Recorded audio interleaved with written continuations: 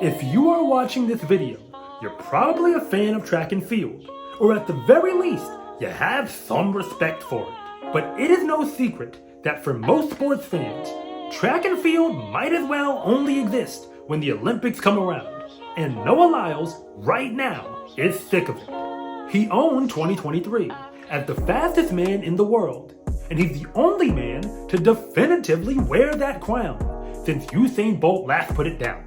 But he also got himself into some controversy because he fired some shots at the NBA, and their fans and their players weren't too thrilled about it. It doesn't even matter what he actually said, because by this point, Stephen A. Smith, on his ESPN television show First Take, decided to bring his voice to the conversation. But I've already shared my thoughts on that, so there's no need to go back on it. Besides, that is only the beginning of the story.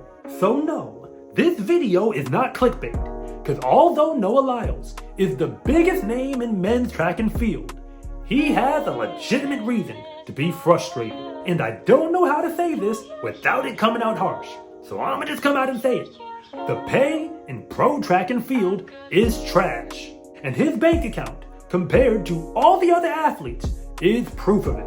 Noah went on the Paper Route podcast with Brandon Marshall to make it very clear how he felt.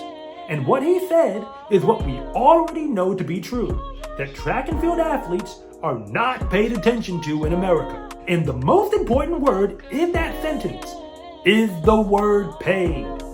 The amount of money that a track and field athlete can make from actually competing in the sport is so low, in fact, that you might as well get yourself a regular job working at Home Depot. And that was not a joke, because that is exactly what Lolo Jones did back when she first started as a pro. But she is now an Olympian and a world champion, and fortunately for her bank account, she is an influencer. So I'm opening up the conversation about what track and field athletes are actually worth, because it's easy to say that they get what they deserve until you see just how much money they can actually make while doing it. And no, you don't have to agree with me. That is what the comment section is for, and I try to read them all. So here is how much money pro track athletes are actually making, from the bottom all the way to the top, where Noah Lyles sits all by himself. So before we can count up the money, we've got to know where it actually comes from.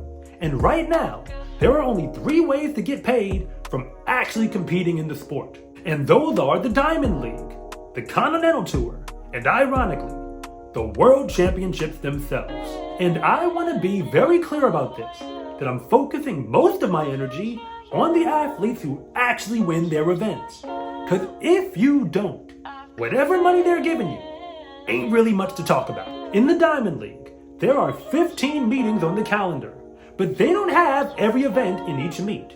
So it's hard to compete in more than one event, regardless of who you are. And when you win, you only get $10,000 for doing it. I'm not making this up. That's all Sha'Carri Richardson got when she won the 100-meter dash in Zurich. But remember, if you finish 8th in that race, your payout is a grand whopping $500. So I guess you can buy yourself an Xbox if you want to. But the Diamond League final is worth 3 times as much. But remember, that's only for the winner. So in that final race alone, you can make $30,000.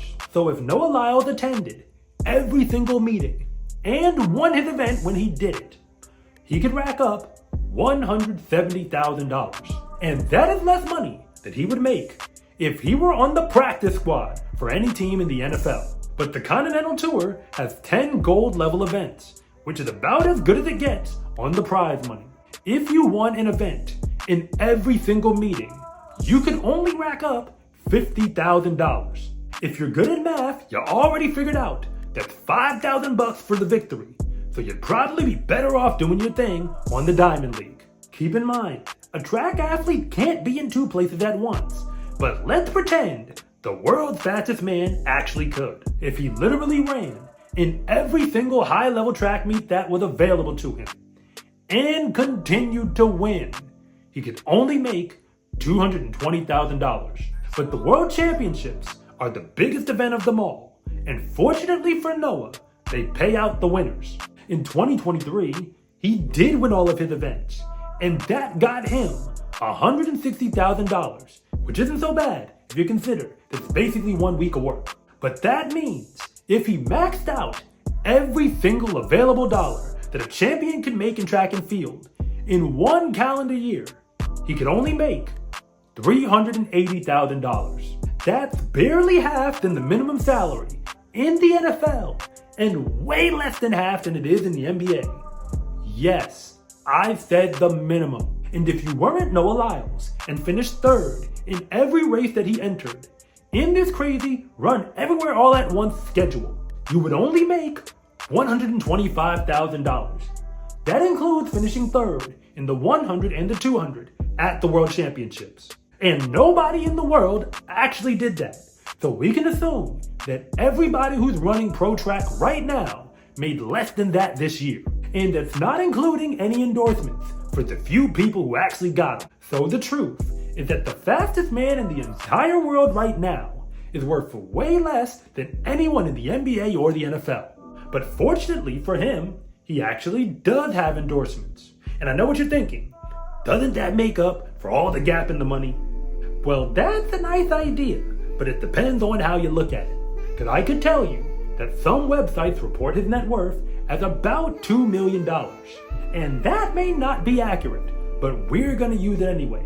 Because if it's anything close to the truth, for the fastest man in the world, how much money do you think the 10th fastest man in the world actually is worth? The 4th place finisher in the 100 meter dash at the USA Championships was entirely unattached. That means he has no endorsements at all. At least not any that pay him to wear athletic gear. And he's not getting 1st place money at any of the meets that he's going to. So you can just let your mind run with that. Track and field is famous all around the world. And it can sell out a 25,000 seat stadium to prove it. And Noah Lyles is from a nation that spends way more money on sports than anywhere else in the world. But unfortunately for him, track and field is one of the only exceptions to that rule. NBA players make way more money than basketball players in any other pro league, and international players come to play in it, primarily for that reason. So Noah Lyles has a point, and I hear him loud and clear. Because anybody who's ever watched him run on YouTube is aware that he is worth way more than the minimum contract in the NBA. But what do I know? I'm just a guy with access to Google. I'm Coach Rob, and thank you so much for watching this video. And if you want to see more content like this, then please like and subscribe.